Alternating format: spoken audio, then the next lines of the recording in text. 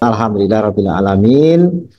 Eh, para peserta webinar pada kesempatan pagi hari ini, Alhamdulillah kita bisa kembali berjumpa untuk bareng-bareng kita berbagi info, ya berbagi info, berbagi edukasi tentang masalah organ yang sangat vital, ya sangat vital. Dan kita sebenarnya dikasih oleh Allah SWT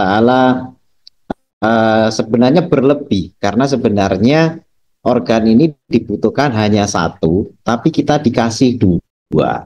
Ya, jadi seperti satunya itu buat serep, ya kayak ban serep lah. Kita ada mobil, bannya kan empat, tapi ada satu yang dipasang nggak dipakai ya. Satu waktu ada bocor atau rusak gitu ya, kita bisa pakai. Nah, ginjal juga seperti itu. Ginjal kita ini sebenarnya satu aja udah cukup, tapi Allah kasih dua.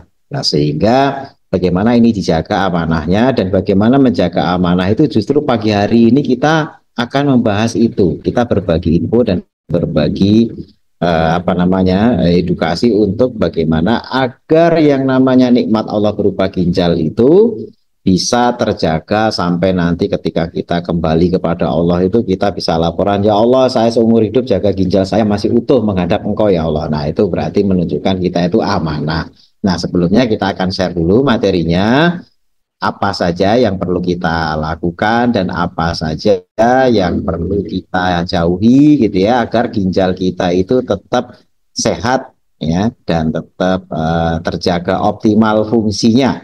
Nah, sehingga di sini kita perlu kenal dulu ginjal itu kerjanya gimana gitu ya, kemudian letaknya di mana. Nah, dalam hal ini tentu saja tidak hanya lifestyle tapi juga apa yang kita konsumsi dari herbal bisa membantu sebagai booster, sebagai penguat ya. Nah, sehingga di sini judul yang kita akan sampaikan adalah peran herbal sebagai solusi sehat ginjal Anda. Kita langsung saja ke materinya di mana. Nah, ini biar tahu semuanya ginjal itu letaknya di mana sih gitu ya. Nah, ginjal kita itu ada sepasang. Tadi di awal kita sudah sampaikan kiri kanan. Nah, yang satunya itu agak lebih tinggi ya dibandingkan dengan yang satunya lagi. Jadi yang kanan itu agak lebih rendah dibandingkan dengan yang kiri. Ukurannya cuma kecil, tapi yang kecil itu luar biasa dahsyat fungsi dan juga manfaatnya bagi tubuh kita. Kenapa? Karena kalau itu rusak, apalagi dua-duanya, ya, itu manusia belum bisa bikin alat yang kecilnya sama, gitu ya. Manusia bisa bikin alat yang seperti ginjal cara kerjanya, tapi gedenya masih selemari. Nah, ini menunjukkan teknologi manusia itu ya masih lemah ya dibandingkan dengan teknologinya Allah. Makanya kita dikasih dua ginjal ini kita jaga benar gitu ya. Agar nantinya tidak perlu rusak dan tidak perlu harus diganti dengan alat yang segede lemari. Nah, alat yang segede lemari itu namanya alat hemodialisa atau yang terkenal kita sebut sebagai alat cuci darah. Nah, alat cuci darah itu masih gede banget gitu ya. Jadi kalau mau nyuci darah kita dalam artian dibersihkan ya, darah itu dikeluarkan dari tubuh, dicuci ya, bayangannya jangan kayak dicuci itu dikucek terus dikasih apa sabun, bukan, disaring ya, disaring kemudian baru dimasukkan lagi ke dalam tubuh. Begitu lagi keluar lagi dibersihkan masuk, jadi muter. Makanya orang cuci darah itu lama ya, memakan waktu lama dan itu juga antriannya kadang-kadang panjang gitu ya, terus seharian membuang waktu yang lumayan panjang. Nah, makanya naudzubillah min dzalik, mudah-mudahan kita semua yang ada pada pagi hari ini itu tidak perlu cuci darah pakai alat yang namanya hemodialisa. Cukup dengan ginjal pemberian Allah saja. Makanya ya harus dijaga. Nah, gimana cara menjaganya? Nah, di sini kita perlu tahu juga fungsinya dulu. Karena kalau tidak tahu fungsinya, caranya menjaga, terus efek dari kalau tidak dijaga gimana, tentu saja kita jadi kurang begitu menghargai. Tapi kalau sudah tahu fungsinya, oh ternyata fungsinya sangat-sangat vital. Nah, ini baru kita akan ngeh gitu ya, kalau misalnya itu hilang. Nah, dalam hal ini ginjal fungsinya adalah detox, menyaring dan membuang limbah. Detox itu kan dari kata detoksifikasi, jadi toksin itu dibuang. Nah, cara buangnya gimana? Lewat urin. Ya, jadi ada zat-zat yang larut darah, itu detoxnya itu biasanya lewat urin karena di sini larut air kan ya. Jadi urin yang kita buang setiap hari ke kamar mandi itu sebenarnya kita sedang buang racun, buang gangguan. Makanya kan doa setelah buang air kecil itu kan kita bersyukur pada Allah. Ya alhamdulillahilladzi azhaba 'anil adza wa afani. Ya Allah, terima kasih sudah menyingkirkan gangguan ini dan memaafkan kami. Memaafkan kenapa? Karena kadang-kadang kita itu tidak amanah dalam menjaga ginjal kita. Yang masuk itu adalah makanan-makanan yang memberatkan ginjal. Tapi alhamdulillah masih dikasih kesempatan buat buang air kecil. Nah ini harus disyukuri bisa buang air kecil. Karena kalau sudah nggak bisa buang air kecil, ya tadi itu harus pergi ke alat hemodialisa itu. Jadi fungsi detox buang racun melalui urin. Kemudian mengendalikan keseimbangan cairan tubuh. Jadi kita minum, kita makan. Nah, dalam makan itu ada cairan yang masuk. Minum juga seperti itu. Nah, cairan itu dimanfaatkan oleh tubuh. Sisanya dibuang. Jadi dijaga keseimbangannya. Kalau kita hanya mengasup saja nggak bisa buang, ya lama-lama tubuh menggembung. Itulah yang dialami oleh orang-orang yang gagal ginjal. Tubuhnya bengkak. Kenapa? Cairannya gagal dibuang oleh ginjal. Makanya keseimbangan cairan penting. Ya, tidak boros ngeluarin ya seperti penderita diabetes insipidus. Ya, ada diabetes insipidus itu kencing terus. Ya, ginjalnya rusak juga fungsinya ya ini dengan tidak bisa mengontrol buang air kecilnya. Jadi pipisnya terus-menerus. Ya akhirnya dehidrasi. Ya, tapi ada juga yang sudah gagal ginjal yang nggak bisa pipis itu malah badannya bengkak karena nampung cairan banyak. Jadi antara nahan dan buang itu ginjal ngatur. Ya, kalau ginjal normal ya, makanya jangan sampai tadi kena diabetes insipidus atau jangan sampai kena ginjalnya sudah rusak atau gagal ginjal. Karena keseimbangan cairan itu penting. Kemudian berikutnya produksi darah merah. Dalam hal ini ada hormon yang dihasilkan oleh ginjal gitu ya, hormon eritropoietin. Ya, itu yang nantinya akan memacu produksi eritrosit. Ya, eritrosit itu sel darah merah. Nah, kalau misalnya zat tadi itu tidak dihasilkan gara-gara gagal ginjal, maka produksi sel darah merah juga terganggu. Sehingga, coba bapak-bapak, ibu-ibu yang di rumah itu, atau tetangganya lah ya, kalau di rumah mudah-mudahan nggak ada. Ini tetangganya ada yang kena gagal ginjal. Itu biasanya mengalami anemia. HB-nya turun. Bisa HB-nya cuma 6, 7, padahal normalnya 13, 14. Ini cuma HB-nya cuma 6, 7. Paling bagus setelah transfusi cuma 10. Gitu. Nah ini karena ginjalnya gagal memproduksi zat yang diperlukan untuk produksi sel darah merah. Makanya jangan sampai gagal ginjal, karena darah merah itu penting. Ya. Anemianya kalau sudah gagal ginjal, susah dikoreksi, harus transfusi. Nah, maksud kita tiap bulan harus transfusi. Nah, kita jaga, pentingnya menjaga ginjal itu karena ini penting untuk produksi sel darah merah. Kemudian mengatur tekanan darah, ya ini melalui hormon-hormon juga. Jadi ginjal itu menghasilkan banyak hormon. Salah tadinya tuh eritropoietin. Ada lagi angiotensin. Angiotensin itu juga mengatur tekanan darah dan juga kadar garam. Kalau loss ginjalnya itu rusak, tensinya juga loss. Makanya ya ini bisa diperhatikan juga bagi yang kena gagal ginjal mesti hipertensi. Ya, jadi hipertensi bisa bikin gagal ginjal. Begitu sudah gagal ginjal, hipertensinya makin hebat. Ya, sehingga makanya kita jaga benar ginjal ini. Kemudian mengatur asam basa, ya, mengatur tubuh kita keasamannya ya jadi asam atau jadi basa itu juga ginjal. Ya. Kemudian juga keseimbangan elektrolit dan mineral. Kapan elektrolit dan mineral itu kalau berlebih dibuang oleh ginjal? Kapan ditahan? Misalnya ini lagi kekurangan natrium. Ya, natrium itu penting. Biasanya ada dalam garam dapur gitu ya misalnya. Nah itu kalau lagi tidak butuh banyak ya dibuang lewat ginjal. Natriumnya dibuang. Ya karena berlebih gitu ya. Tapi kalau misalnya kekurangan ya dia tahan. Nah ini keseimbangan elektrolit. Sehingga pembuangan, kapan buang dan kapan nahan karena mau dipakai lagi itu diatur oleh ginjal. Ini fungsinya vital sekali. Ya jadi tubuh kita itu ada zat zat yang kalau berlebih jadi racun, yang kalau kurang kita malah klepek-klepek karena nggak berfungsi. Nah, yang ngatur biar tidak kelebihan dan tidak kekurangan, salah satunya adalah ginjal ini. Dan nanti kalau tidak berfungsi, mesti ada komponen-komponen yang berlebih. Ya, tapi juga ada komponen-komponen yang kekurangan. Ya, contoh yang berlebih tadi itu cairan. Jadi berlebih karena ginjalnya nggak berfungsi. Tekanan darah berlebih. Ya, cairan berlebih karena ketahan nggak bisa kebuang gitu ya. Nah, kalau yang kurang apa? Darah. Darahnya kurang. Ya, kurang darah anemia. Karena itu produksi. Ya, sehingga kita kenapa tidak anemia, kita kenapa pipisnya lancar, kita kenapa nggak bengkak, kita tensinya normal, itu karena peran ginjal. Jadi jangan dilupakan. Ya, makanya ini saya kenalkan. Ini loh ginjal kita fungsinya, biar nanti Bapak Ibu semuanya care untuk memperhatikan. Berikutnya, fisiologi ginjal. Nah, ini gambar ginjal, kiri kanan, tadi sudah kita jelasin. Di gambar ini ada warna biru dan warna merah. Warna merah itu tempat darah masuk, warna biru tempat darah keluar. Nah, ketika darah masuk itu disaring, terus kemudian dikeluarkan lewat pipa warna biru atau vena. Jadi ada arteri yang warna merah dan ada vena yang warna biru. Nah, darah masuk disaring, saringannya hasil yang tidak dipakai itu dibuang lewat pipa yang warnanya coklatnya. Saya zoom saja ya ini. Nah, saya gedein.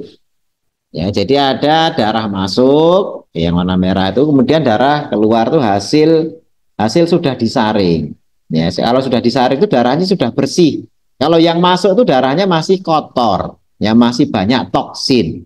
Nah, nanti toksinnya, racunnya dibuang lewat ureter yang warna coklat. Ya, yang coklat itu namanya ureter.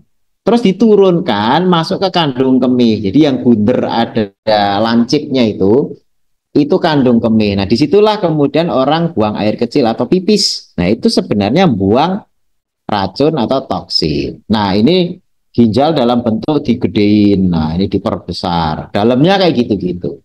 Yang bentuknya segitiga-segitiga warna merah muda itu adalah tempat filternya, tempat penyaringannya. Jadi darah masuk ya lewat yang merah itu disaring, ya saringannya masuk ke saluran yang warna coklat. Ya, warna coklat itu nanti ada pelvis, ada ureter. Ketika sudah keluar namanya ureter ya. Nah, itu racun-racunnya dibuang ke sana. Yang darah yang sudah bersih masuk lagi ke dalam tubuh melalui pembuluh yang warna biru. Nah, kemudian ini adalah filternya. Nah, ini saringannya namanya nefron, ya, normal nefron anatomi. Nah, inilah fungsi vital. Nefron itu kalau masih hidup itu masih bisa nyaring. Tapi kadang-kadang kita karena tidak amanah tadi memasukkan sesuatu ke dalam tubuh kita yang bikin saringannya rusak. Nah, atau gaya hidup kita yang bikin ginjalnya gampang jebol. Nah, itu akhirnya nefron ini mati satu persatu yang ujung-ujungnya gagal ginjal. Jadi nggak bisa nyaring lagi. Nah, makanya ini fisiologi kerjanya sederhana sebenarnya, tapi efeknya luar biasa ke tubuh kita. Nah, berikutnya, ini masalah habit, ya, habit-habit yang buruk, ya, atau bad habit yang nantinya efeknya ke ginjal tidak baik. Contoh, merokok. Ya, merokok itu sengaja memasukkan radikal bebas. Ya. Saringan ginjal itu sensitif sekali terhadap rokok. Ya, walaupun mungkin ada yang beralasan, saya ngerokok sekian tahun ginjalnya nggak apa-apa. Nah, alhamdulillah, disyukuri saja, gitu ya. Tetapi efek negatif rokok ini luar biasa kepada ginjal. Mungkin Allah masih melindungi. Jadi jangan malah berbangga. Harusnya berterima kasih kepada Allah. Ya Allah, saya belum bisa ninggalin rokok, tapi ternyata ginjalnya masih Engkau lindungi ya Allah, misalnya gitu. Jadi jangan malah bangga terus mengabaikan bahwasanya rokok nggak ngapa-ngapain. Oh enggak, rokok itu memiliki efek yang buruk terhadap ginjal. Masalah belum sakit ya mungkin Allah masih lindungi gitu ya. Kemudian sedentary lifestyle atau mager, malas gerak. Ya, malas gerak itu banyakan diem, nggak olahraga, ya, kerja duduk. Ya, coba kita hitung berapa jam kita berdiri dalam sehari, berapa jam baring, berapa jam duduk. Karena sedentary lifestyle atau gaya hidup duduk ini sudah mewabah ke seluruh dunia. Ya, pekerjaan-pekerjaan hampir semua orang itu rata-rata dari rumah ya banyak duduk, ke kantor juga duduk, di perjalanan juga duduk, ya. Di rumah duduk, gitu ya. Begitu ya udah mau ke kantor naik mobil, naik angkot duduk, ya. Makanya kalau yang dapat di angkot itu nggak ada atau di rel KRL, nih, kereta api atau apa nggak dapat tempat duduk bersyukurlah itu mungkin Allah Maha sayang sama kita dikasih berdiri. Gitu. Jadi jangan dilihat sudut sudut pandang jeleknya, ya jadinya berdiri ya siapa tahu gitu ya.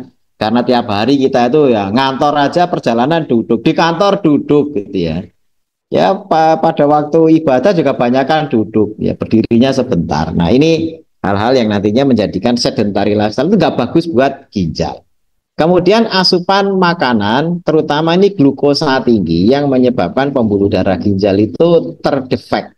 Salah satunya itu adalah karena adanya glucose spike. Glucose spike itu kenaikan yang tiba-tiba tinggi dan berulang. Itu biasanya bisa merusak filternya atau merusak podositnya gitu ya. Itu makanya hati-hati sumber glukosa tinggi terutama yang glukos simplex ya artinya gula simplex yang serat yang tidak ada seratnya itu bahaya buat filter ginjal. Nah, kemudian asupan makanan olahan ini juga karena miskin serat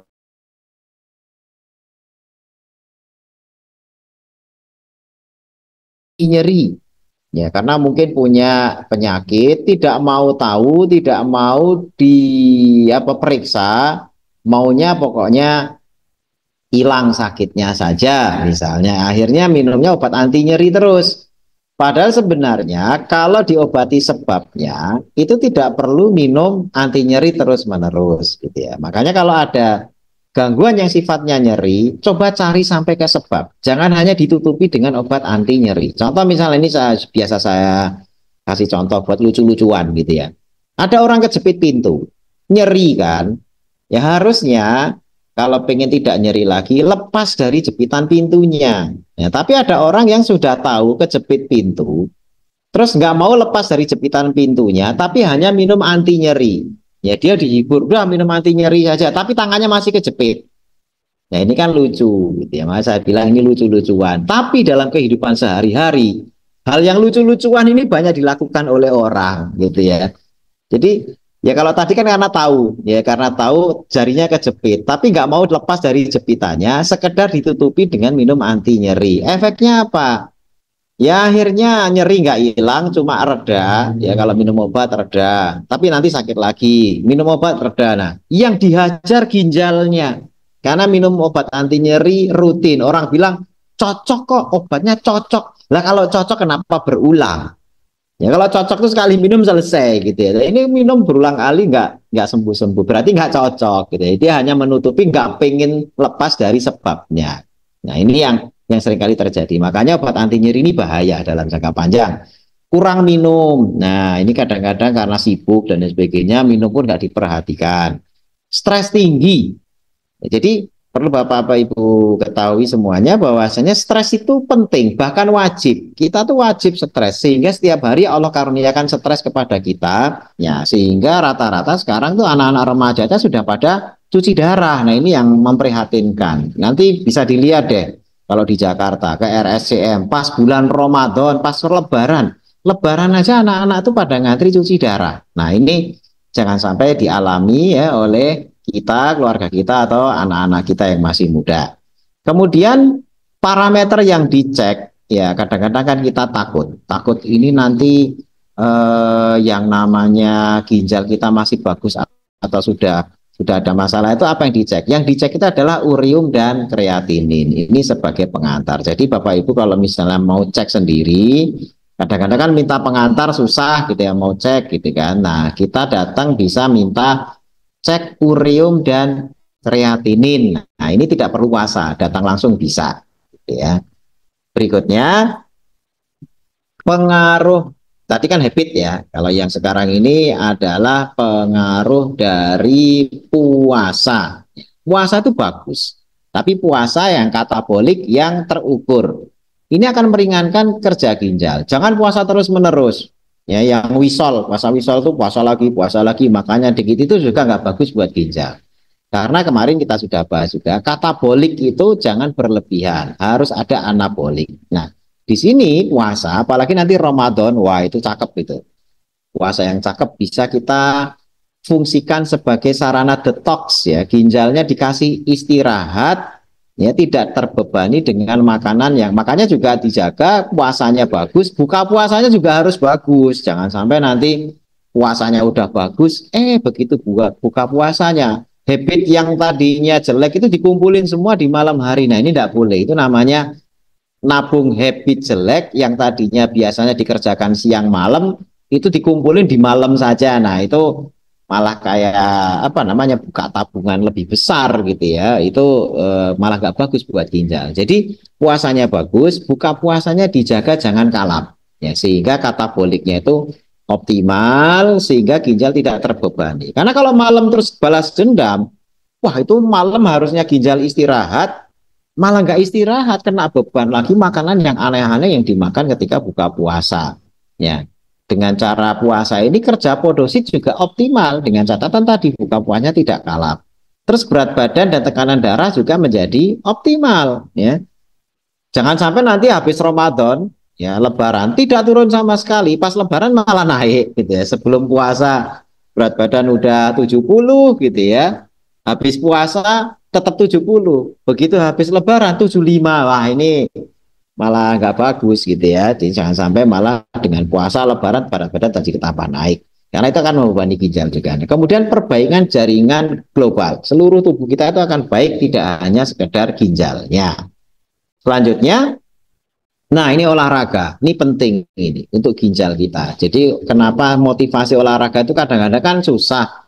Coba ingat ginjal kita. Ginjal kita tuh harus dipelihara dengan olahraga, karena akan meningkatkan fungsi kekuatan otot kita. Otot kita itu kalau bertambah masanya, itu bisa menampung energi lebih banyak, glikogen lebih banyak. Dan tentu saja gula itu tidak akan membebani ginjal, karena glikogen bisa nyimpen energi lebih banyak, atau otot bisa menyimpan glikogen lebih banyak. Kemudian kontrol tekanan darah bisa jadi baik, tidak akan membebani ginjal. Tekanan darah yang tinggi akan merusak filter. Tapi dengan olahraga kan happy, ya bisa meredakan stres. Yang di bawah itu ada keterangan bisa meredakan stres. Tidurnya jadi nyenyak. Itu kan semuanya kontrol relaksasi yang luar biasa. Tensi jadi bagus. Karena banyak orang yang susah tidur.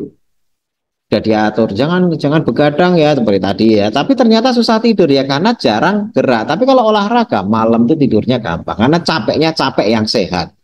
Banyak orang kecapean malah susah tidur, kenapa? Capeknya capek tidak sehat. Nah, ini yang seringkali dialami oleh masyarakat modern. Jadi usahakan capek yang sehat yang bisa mengantar tidur lebih nyenyak.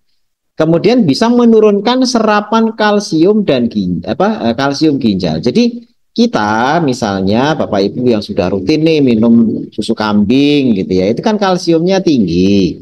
Nah itu jangan sampai kalsiumnya membebani ginjal. Caranya gimana? Olahraga, agar kalsiumnya dipakai oleh tulang, dipakai oleh otot, dipakai oleh organ-organ tubuh karena aktivitas olahraga. Kalau tidak, kita jarang olahraga, minum susu kambingnya rutin, khawatirnya kalsiumnya nggak kepake, tapi kemudian dibuang lewat ginjal, membebani ginjal dan punya potensi membentuk batu ginjal. Nah ini kita harus perhatikan. Berikutnya relaksasi. Nah tadi kita sebenarnya sudah nyinggung relaksasi ya. Tidurnya harus cukup, olahraga itu juga salah satu bentuk relaksasi. Nah ini penting karena bisa mengontrol tekanan darah kita. Tekanan darah itu kenapa tinggi? Salah satunya dipengaruhi oleh sesuatu yang tidak kelihatan. Ini pikiran. Kalau pikiran nggak rileks, terburu-buru, tensi jadi naik. Ya, selain tidurnya kurang dan lain, banyak faktor. Ya, banyak faktor.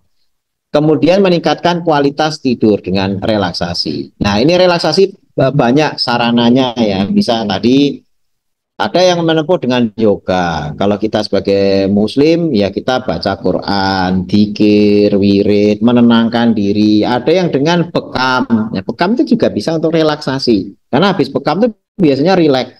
Ya tidurnya jadi mudah. Nah, relaksasi ini juga fungsi repair. Repair itu memperbaiki. Tidak hanya ginjal. Di sini karena kita fokusnya ginjal, repair kerusakan ginjal lebih bagus. Jadi siang itu memang tempatnya stres. Stres itu fungsinya ngerusak. Jadi fungsinya katabolik. Ya stres itu. Jadi olahraga, aktivitas, bekerja, cari nafkah itu mesti banyak yang damage.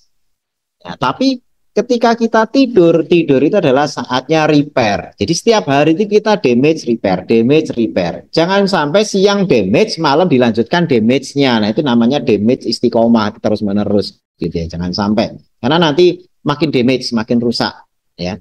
Maka usahakan siang itu di damage nggak apa-apa, saatnya memang olahraga, aktivitas, cari nafkah. Tadi siang nggak apa-apa, tapi tidurnya harus bagus, relaksasinya harus bagus karena repair itu memang di malam hari.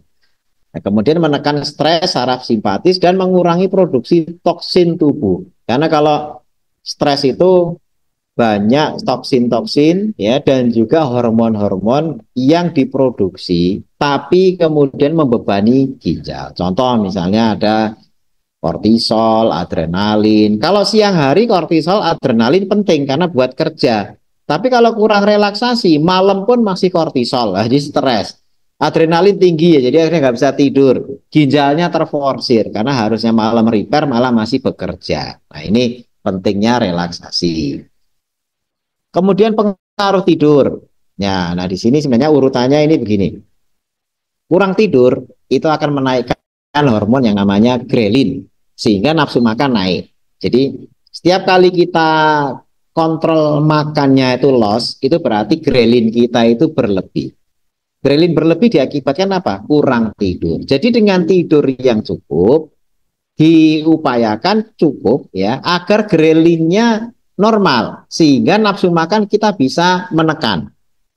Ya, kita bisa menekan nafsu makan kita. Sehingga kalau nafsu makan bisa kita tekan, kita milih makanan yang memang benar-benar kita perlukan, kita butuhkan, bukan kita inginkan ya. Maka insya Allah gula darah juga tidak akan naik. Gula darah tidak akan naik, berat badan juga tidak akan naik, tensinya juga tidak akan naik. Tapi kalau nafsu makan naik, makannya banyak, gula darah jadi naik, berat badan jadi naik, tensinya juga naik. Nah ini semuanya akan berakibat toksin di tubuh kita itu akan meningkat. Load pekerjaan ginjal akan naik juga loadnya, gitu ya. Jadi pekerjaan ginjal itu akan meningkat, gitu ya. Nah makanya ini masalah gampang ya, tidur cuma memejamkan mata, tapi ternyata mata kita, kelopak mata kita itu kadang-kadang beratnya melebihi 1 ton, ya, sehingga nggak bisa merem-merem ya, beratnya melebihi 1 ton yang melek, terus nggak bisa merem gitu ya. Nah ini sesuatu yang PR ya bagi masyarakat modern. Nah kemudian langsung kita ke herbal renoprotektif. Renoprotektif maksudnya apa? Reno itu ren itu ginjal, protektif itu melindungi. Jadi herbal-herbal yang bisa melindungi ginjal. Nah, kita bahas di sini satu persatu. Yang pertama itu Habbatus Sauda atau Nigella sativa. Nah ini di banyak catatan nanti boleh searching tuh di penelitian-penelitian jurnal-jurnal tentang Nigella sativa dengan sifat renoprotektif atau kadang di dalam jurnal ilmiah itu disebut nefroprotektif. Nefro itu saringan ginjal. Ya, kalau reno itu ginjalnya.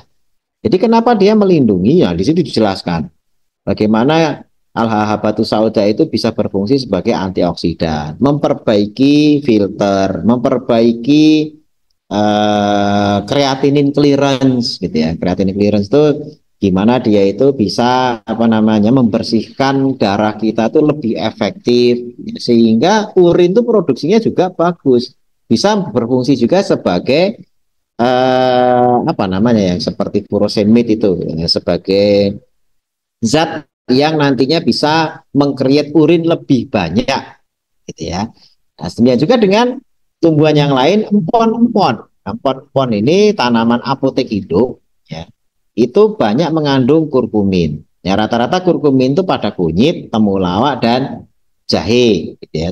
Pada kunyit, temulawak. Walaupun nanti ada temu ireng, temu putih, gitu ya. Kemudian temu giring, temu apalah gitu. Rata-rata kan yang namain orang Jawa tuh pakai temu-temu itu ya. Itu fungsinya sebenarnya banyak. Salah satunya itu melindungi ginjal. Tapi kadang-kadang kenapa di rumah sakit itu kan kalau orang gagal ginjal ditanya minum jamu enggak? Nah, sebenarnya itu bukan masalah jamunya, bukan masalah kurkuminnya. Karena kurkumin, jahe, temulawak, kunyit, temu ireng, temu giring, temu putih dan sebagainya itu bagus. Masalahnya kadang-kadang dalam industri empon-empon ini diproduksi dengan cara tidak higienis. Akhirnya apa? Empon-emponnya banyak tumbuh jamur, ya. Jadi tidak layak konsumsi tumbuh jamur yang menghasilkan toksin, ya namanya aflatoksin, gitu. Bahkan ada yang sifatnya nefrotoksin. Jadi kalau itu dikonsumsi ginjalnya bisa rusak. Nah makanya kalau ada pasien di rumah sakit itu jadi protokol itu. Kalau livernya rusak atau ginjalnya rusak, itu dokter mesti nanya, suka minum jamu ya? Nah itu jadi tertuduh jamu itu. Sebenarnya bukan jamunya Bapak Ibu semuanya. Jadi herbal, jamu, tidak ada masalah. Cuma kadang-kadang dalam proses produksinya itu tidak toyib. Nah, makanya di sini usahakan cari produk empon-empon yang diproduksi dengan cara yang toyib. Tidak hanya sekedar halal, tapi toyib. Nah, kemudian ada lagi produk teh hijau dan matcha. Nah, ini dua-duanya mau teh hijaunya atau matchanya, ini semuanya renoprotektif. Ya, karena ada antioksidan berupa epigalokatekin galat namanya. Nah, itu sangat-sangat melindungi ginjal. Ya, jadi sifatnya diuretik ya, bisa buang. Makanya orang yang minum teh hijau apa itu pipisnya jadi banyak karena itu upaya membuang toksin. Ya, jadi membuang toksin biar banyak racun-racun yang terbuang melalui urin. Kemudian alang-alang, ini pun sama. Ya, walaupun nanti ada khasiat-khasiat yang lain, sifatnya renoprotektif juga memiliki efek diuretik. Walaupun alang-alang nanti juga bisa memiliki khasiat yang lain seperti untuk sariawan dan sebagainya selain untuk menjaga kesehatan ginjal.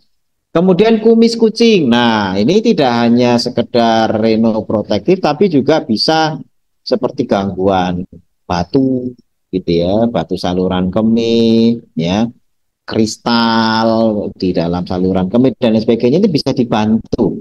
Ya, selain juga tentu saja sifatnya diuretik tadi ya, ini meningkatkan produksi urin agar toksin itu mudah dibuang. Nah, ini beberapa komponen herbal yang bisa nanti digunakan. Tentu saja kalau nyari ya herbal-herbal ini herbal-herbal yang sudah ada BP POM-nya gitu ya, sudah ada resmi dan higienis. Karena tadi jangan sampai nanti kita itu stigma herbal itu jadi jelek gara-gara produksinya nggak bagus yang mengandung jamur yang akhirnya merusak liver dan ginjal. Nah, sebagai penutup, ginjal ini adalah karunia Allah, amanah Allah yang wajib dijaga. Maka perhatikan habit dan lifestyle kita agar ginjal tidak rusak. Nah, kalau curiga, cek dua ini, urium dan kreatinin. Walaupun nanti ada pemeriksaan yang lain juga, gitu ya. Tapi setidaknya yang pokok ini dulu. Kalau ini normal lah, udah tenang dulu. Gitu, normal. Nah, menjaga ginjal itu harus holistik. Holistik itu tidurnya ya dijaga, ya jangan terus makan terus menerus, ada puasanya. Ya mudah-mudahan kita nanti sampai di bulan Ramadan ya bisa sekaligus menjalankan ibadah, dapat pahala, dapat ginjal yang sehat gitu ya. Kemudian juga olahraga, terus relaksasi yang baik serta jaga makan. Nah, salah satu jaga makan ini tentu saja herbal itu upaya melalui makanan ya, kita minum, kita asup herbal agar ginjal kita makin sehat. Kemudian juga berhati-hati menerima info terkait kesehatan agar tidak kena hoax yang malah membahayakan kesehatan. Kenapa? Karena apalagi sudah ada warning ya di ginjalnya itu ketika cek urium kreatinin, waduh tinggi semua. Nah, itu biasanya panik. Terus akhirnya apa? Semua saran didengar. Ya, saran dokter malah gak didengar, saran tetangga malah lebih indah, lebih bagus daripada saran dokter. Kadang-kadang begitu, gara-gara kepepet, gitu, gara-gara kepepet. Nah, makanya jangan sampai nanti karena panik, kondisinya memburuk dan lain sebagainya itu akhirnya kita menerima informasi itu tidak disaring. Nah, fungsinya kenapa kita menyediakan sarana, webinar, konsultasi itu agar nantinya jangan sampai kena korban hoax yang akhirnya ketika dijalani malah merusak ginjal. Sama seperti ada saya kemarin cerita tetangga ya, tadinya sudah bagus kondisi kesehatannya membaik, terus tiba-tiba ada tetangga bilang, oh minum minyak minyak tanah gitu ya. Saya juga kurang tahu dan itu korbannya sebenarnya tidak hanya satu, ada dua. Saya punya pasien disarankan tetangganya itu minum minyak tanah untuk menjaga kesehatan. Ya setelah minum ada yang satu meninggal, satu masuk ICU masih anak-anak. Yang satu meninggal karena ginjalnya langsung hancur gara-gara minum minyak tanah. Tapi saran minum minyak tanah itu di daerah banyak banget itu. Ada yang masuk angin minum minum minum apa minum minyak tanah gitu. Nah, ya jangan sampai karena itu nanti ginjalnya mesti hancur itu kalau minum kayak gitu-gitu. Sehingga cari info yang benar-benar valid gitu ya kepada ahlinya. Sekian barangkali yang bisa kita sampaikan sebagai edukasi pada kesempatan siang hari ini. Kalau ada pertanyaan dan hal-hal yang ingin ditanyakan, kami persilahkan. Waktu selanjutnya kami serahkan kepada Kang Al. Silakan Kang Al.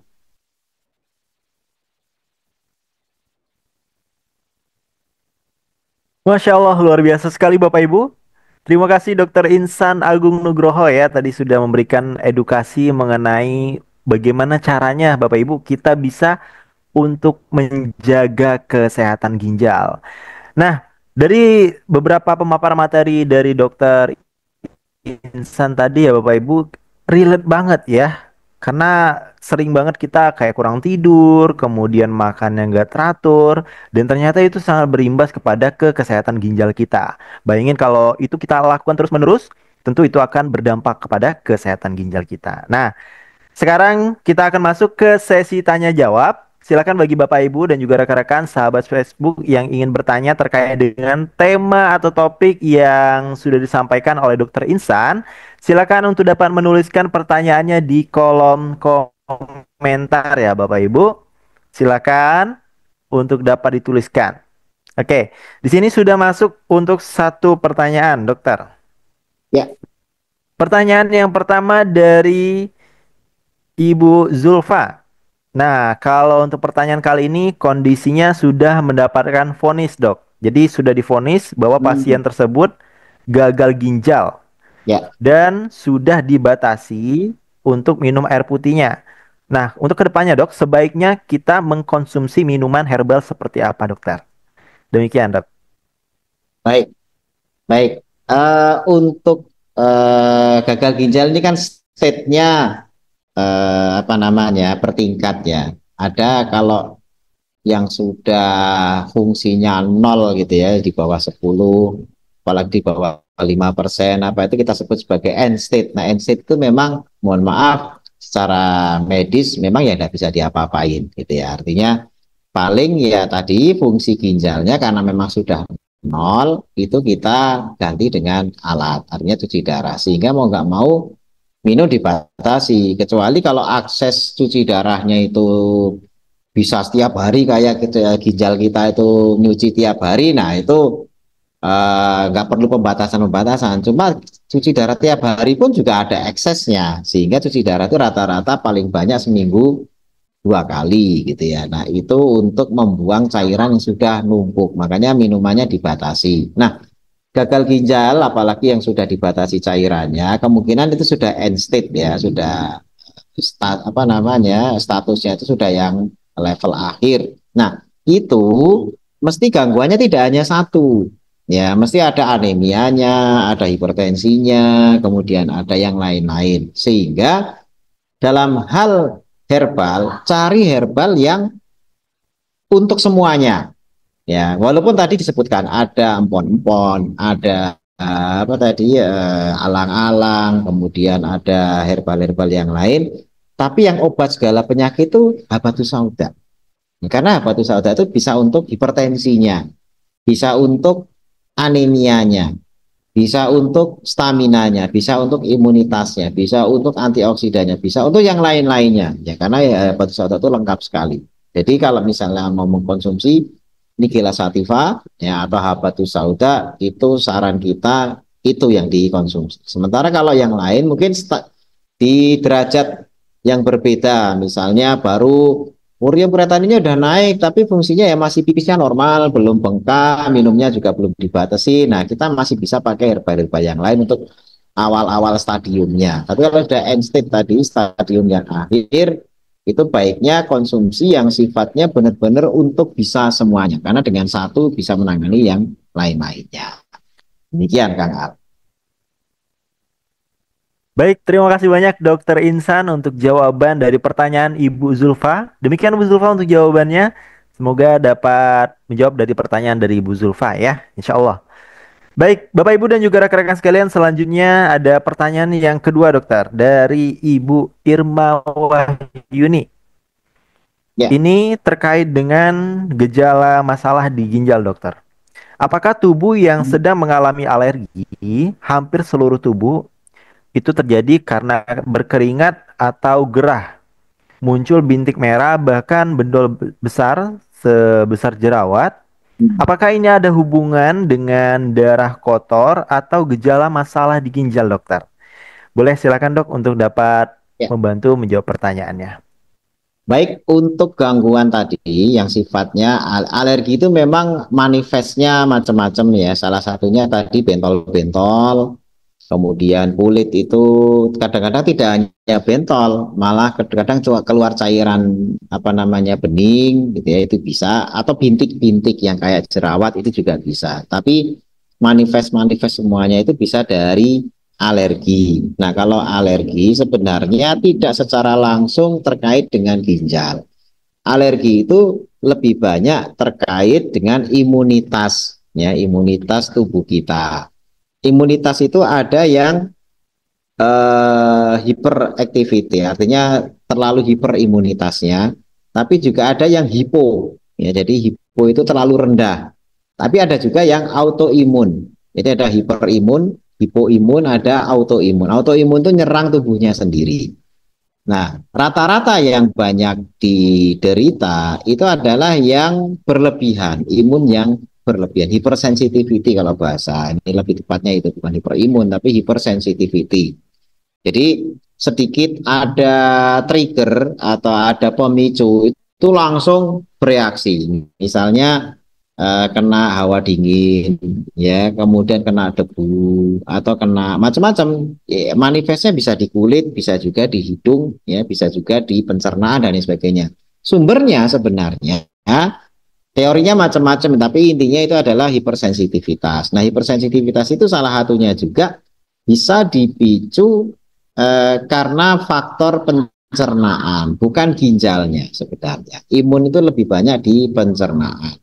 Seperti contoh misalnya pada kasus bukan autoimun ya, hipersensitivitas juga. Itu ada fenomena yang namanya apa namanya leaky gut. Ya, leaky gut itu usus bocor. Usus bocor. Leaky gut itu kenapa disebut usus bocor? Itu karena pencernaan kita itu saluran pencernaannya, sel-sel yang harusnya rapat, ini rapat begini ya, itu agak kendor. Ini gara-gara biasanya itu konsumsi karbohidrat yang berlebihan, berulang-ulang, yang akhirnya menyebabkan pencernaan kita itu mengalami kebocoran, sehingga disebut sebagai leaky gut. Leaky itu kan bocor. Nah, ketika pencernaan kita terjadi proses leaky gut tadi, ketika makan protein, ya, makan protein, itu efeknya protein yang belum dicerna. Kan protein itu molekulnya gede-gede, untuk bisa diserap itu kan harus dipecah dulu menjadi molekul yang kecil-kecil. Nah, tapi gara-gara ususnya itu bocor, protein yang gede-gede itu juga bisa masuk, tidak perlu dipecah dulu. Nah, padahal protein yang gede itu identik dengan virus atau bakteri. Ya, virus atau bakteri. Karena virus itu juga isinya protein, ya. Nah, tapi molekulnya besar. Nah, karena masuk makanan dalam bentuk protein yang molekulnya besar, yang karena kebocoran tadi itu, tubuh bereaksi seakan-akan yang masuk itu kuman atau bakteri atau benda asing yang mengancam, ya, sehingga akhirnya mengaktifkan sistem imun. Jadi yang masuk sebenarnya mungkin telur, mungkin ikan, mungkin udang, mungkin makanan yang protein-protein gitu ya, yang sebenarnya kan sehat, tapi gara-gara pencernaannya itu sudah bocor tadi, itu molekulnya gede-gede, masuk, padahal harusnya telur itu dipecah dulu menjadi protein yang kecil-kecil. Belum sempat kecil sudah diserap tubuh gara-gara ususnya bocor tadi itu, leaky gut tadi itu. Akhirnya masuk dalam keadaan molekulnya gede-gede, dianggap oleh tubuh bakteri atau virus. Akhirnya diserang. Nah, menyerang makanan yang protein tinggi itu ya akhirnya kita nyebutnya alergi. Makanya ada orang yang makan udang tiba-tiba bentol gitu ya, keringet dingin, terus pucet apa gatel garuk-garuk. Itu sebenarnya problemnya itu di leaky gut, di pencernaan. Gara-gara proteinnya belum selesai dipecah tapi sudah masuk ke dalam sirkulasi pencernaan. Nah, ini ya nanti itu pembahasan yang lainnya. Tetapi kalau dikaitkan apakah itu gangguan ginjal? Bukan. Ya, kalau alergi itu sebenarnya bukan di ginjal, tetapi di pencernaan. Demikian. Baik, Dokter Insan, terima kasih banyak untuk jawabannya dari buat pertanyaan Ibu Irma Wahyuni ya. Terima kasih banyak ke Ibu Zulfa dan juga Ibu Irma Wahyuni, dan kami ucapkan selamat Ibu Zulfa dan juga Ibu Irma Wahyuni mendapatkan micro gold. Nah, ini sebagai bentuk hadiah untuk partisipasi bagi para peserta yang berkesempatan untuk pertanyaannya dibacakan dan dijawab langsung oleh Dr. Insan Agung Nugroho selaku konsultan kesehatan dari SNW. Dan bagi Bapak Ibu dan juga rekan-rekan, bagi yang ingin bertanya dengan Dokter Insan terkait dengan kesehatan atau seputar topik pembahasan pada hari ini, boleh silakan tinggalkan pertanyaannya di kolom komentar atau bisa juga ke website SNW di rubrik Salam Dokter. Nanti Bapak Ibu silakan bisa memberikan pertanyaannya di situ. Dan insya Allah akan langsung dijawab oleh Dokter Insan. Bapak, Ibu, dan juga rekan-rekan sekalian, sahabat Facebook dimanapun Anda berada, tidak terasa ya, tibalah kita di penghujung sesi Dokter Sot pada kesempatan kali ini. Tentunya kami ucapkan terima kasih banyak kepada Bapak Ibu yang sudah hadir dan yang belum mendapatkan giveaway micro gold dari SNW pada hari ini. Jangan khawatir, Bapak Ibu bisa pastikan untuk datang kembali di pertemuan Dokter Sot yang akan datang. Insya Allah kita akan hadir setiap akhir bulan ya, di pekan terakhir dalam setiap bulannya akan ada program Health Talk bersama Dr. Sot SNW. Baik, sebelum nanti kita menutup sesi pada kesempatan kali ini, boleh silakan Dr. Insan untuk sesi closing statement terlebih dahulu. Dipersilakan. Baik, alhamdulillah di penutup sesi ini saya ingin menyampaikan bahwasannya ginjal kita itu amanah yang luar biasa dahsyat ya dari Allah SWT. Sehingga kita itu kadang-kadang harus dibukakan pengetahuan, dibukakan mata kita betapa yang sepertinya tidak kelihatan ya. Kita kan nggak pernah lihat ginjal kita. Jari-jari kita bisa lihat, kulit bisa lihat, rambut bisa lihat. Tapi yang tidak kelihatan tuh ginjal kita. Tapi ternyata menyimpan fungsi yang luar biasa dahsyat. Dan sebenarnya walaupun dahsyat, yang dikerjakan oleh kita dengan fungsi yang dahsyat itu cuma sederhana, ya ini cuma pipis. Ya, ini sederhana, pipis gitu ya, buang air kecil gitu ya. Nah, itu ternyata walaupun buang air kecil itu luar biasa manfaatnya, yang nantinya kalau nikmat bisa buang air kecil itu hilang. Waduh, bisa Bapak Ibu saksikan kalau ingin tahu itu di bagian penyakit dalam ya, bagian internis di bagian ginjal gitu ya, penyakit nefrologi gitu ya. Nefrologi datang ke sana itu isinya deretan orang-orang yang ngantri untuk ya agar bisa dibuang karena sudah tidak lagi optimal pipisnya tadi itu. Nah, kalau Bapak Ibu sekarang itu mungkin ada yang pipis bayar 2.000 berat, saudara kita itu ada yang harus bayar ratusan ribu ya agar bisa pipisnya yang di dalam tubuh itu bisa dikeluarkan. Makanya sekali lagi, walaupun sederhana, bisa buang air kecil, itu karunia yang luar biasa. Itu berasal dari ginjal yang tidak kelihatan. Nah, sehingga mudah-mudahan dengan kita webinar seperti ini, kita akan lebih paham banyak lagi organ-organ tubuh kita yang tidak kita lihat, tapi ternyata menyimpan manfaat yang besar yang wajib kita jaga amanah ini. Dengan cara apa? Ya salah satunya sebagaimana kita bahas adalah dengan mengkonsumsi bahan-bahan alami yang membooster, menjaga kesehatan tubuh kita. Selain tentu saja yang utama juga adalah menjaga lifestyle sehingga tidak menyebabkan fungsi ginjal kita menurun. Demikian. Baik, terima kasih banyak Dokter Insan Agung Nugroho selaku konsultan kesehatan SNW yang sudah berbagi pada kesempatan kali ini dan juga sudah meluangkan waktu dokter. Terima kasih dan nanti kita akan ketemu kembali di program Dokter Shot insya Allah di bulan depan. Juga kami ucapkan terima kasih banyak kepada Bapak Ibu dan juga rekan-rekan, sahabat Facebook dimanapun Anda berada yang sudah meluangkan waktu untuk hari ini hadir untuk mendengarkan edukasi bersama mengikuti dalam program Dokter Shot bersama SNW. Bagi Bapak Ibu yang ingin bertanya seputar kesehatan atau topik pada kesempatan kali ini, silahkan tinggalkan pertanyaannya di kolom komentar ya Bapak Ibu. Atau Bapak Ibu bisa kunjungi website SNW di www.shotnetwork.com.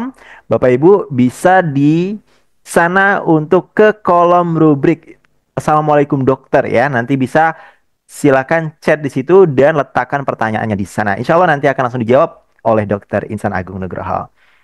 Bapak Ibu, tibalah kita di penghujung sesi acara pada kesempatan kali ini. Saya Muhammad Awaludin Al-Kiram selaku moderator mengucapkan terima kasih dan izin pamit undur diri. Yang terpenting hari ini mari sama-sama sebagai ikhtiar kita jaga ginjal kita dengan senantiasa mengkonsumsi herbal alami. Dan mari yuk kita mulai atur habit kita, atur lifestyle kita untuk menjaga kesehatan ginjal kita semua ya. Baik Bapak Ibu dan juga rekan-rekan sekalian, mengakhiri sesi kali ini, mari sama-sama kita tutup dengan mengucapkan hamdalah. Alhamdulillahirabbil alamin. Sampai ketemu di pertemuan yang akan datang. Wassalamualaikum warahmatullahi wabarakatuh. Selamat siang dan saya kembalikan ke Mbak Ari.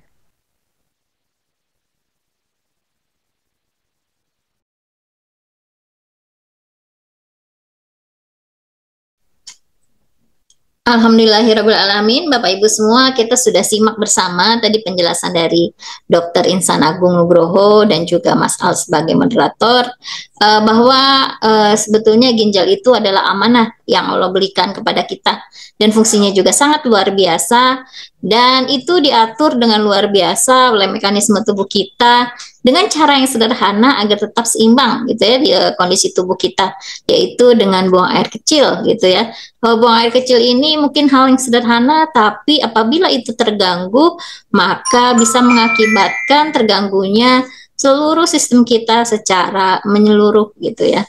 Nah, Bapak Ibu, dengan demikian dengan menjaga kesehatan ginjal kita dengan hal yang mudah gitu ya, buang air kecil, minum air putih yang cukup, istirahat teratur, itu secara standar itu sangat baik kita lakukan setiap hari. Dan juga tadi disebutkan ada herbal-herbal yang memang diperuntukkan untuk menjaga kesehatan kita semua, yaitu dengan tadi ada habatus sauda atau nigella sativa gitu ya. Terus kemudian ada sari alang-alang, ada empon-empon, kemudian teh hijau atau bisa dalam bentuk matcha dan juga herbal kumis kucing. Dan Bapak Ibu tadi apabila tubuh kita gitu ya memberikan warning gitu ya dengan cara yang mudah, yaitu kita harus buang air kecil, maka lakukanlah itu dengan benar gitu, dengan baik dan benar, karena itu adalah hal simpel yang sangat berpengaruh untuk kesehatan tubuh kita secara umum. Dan Bapak Ibu tadi juga pengobatan jika terjadi keluhan ginjal adalah yang sudah ada gangguan gitu ya, gunakan herbal yang bisa digunakan untuk seluruh penyakit, yaitu herbal nigella sativa atau shot nigella plus gitu ya, dan di situ atau habatus sauda, dan di situ bisa menjadi obat untuk semua penyakit kita gitu ya, semua yang ada keluhan-keluhan gitu. Nah, terus kemudian Bapak Ibu selagi sehat gitu, itu tetap juga kita perlu untuk mengkonsumsinya gitu ya, setidaknya untuk perawatan itu bisa 1 atau 2 kapsul sehari gitu ya, dan 2 kapsul sekali minum 2 kali sehari. Dan ini Nigella Plus dengan kandungan Habatus Sauda atau Nigella sativa. Dan kemudian empon-empon, alhamdulillah kita semua di SNW sudah disediakan gitu ya produk-produk yang sudah dibantu pengolahannya, dipilih bahannya gitu ya dari yang baik dengan pengolahan yang baik. Itu ada sari alang-alang, Hantefu sari alang-alang, terus kemudian juga sari temu mangga gitu ya, sari temu mangga gitu ya. Terus kemudian ada juga sari temulawak. Nah, Bapak Ibu sudah dibantu demikian pengolahannya agar kita bisa dengan mudah mengkonsumsi jamu-jamu atau herbal-herbal ini gitu dengan cara yang sederhana. Kalau misalnya Habatus Sauda itu kan herbal dari asalnya Timur Tengah ya. Nah, ini atau di Asia. Nah, ini bisa kita minum dengan mudah gitu. Kita bisa dapatkan dengan mudah produknya, bisa diminum dengan 2 kapsul sehari pada pagi hari dan juga sore hari untuk menjaga. Begitu juga kalau untuk mengobati kita tambah jadi 3 kapsul pada pagi dan juga sore hari. Nah, terus kemudian ini herbal empon-empon ini ya dari temulawak dan juga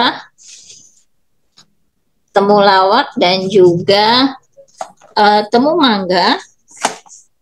Ini ya. Ini bisa diminum sehari sekali atau 2 kali seperti itu untuk menjaga. Dan juga yang pernah cuci darah ini biasanya akan sangat baik minum HMTF sari alang-alang seperti itu. Dan atau juga teh hijau dalam bentuk matcha ataupun teh hijau istimewa capucuk, kayak ini Bapak Ibu produknya gitu ya, teh hijau istimewa capucuk gitu. Nah, ini bisa kita seduh dengan cara yang baik dan benar. Terus kemudian ini juga matcha, kafe matcha, tapi ini sebetulnya minumnya lebih sederhana untuk lebih santai seperti itu. Nah, seperti ini Bapak Ibu. Nah, untuk yang kafe matcha bisa kita minum selagi masih sehat ya gitu, bisa sehari sekali untuk paling tidak itu adalah minuman kekinian yang memberikan tidak memberatkan tubuh kita secara umum. Dan juga jika ada keluhan misalnya yang terhadap ginjal dan maupun saluran kemih, itu baik juga diminum salt sipon ini atau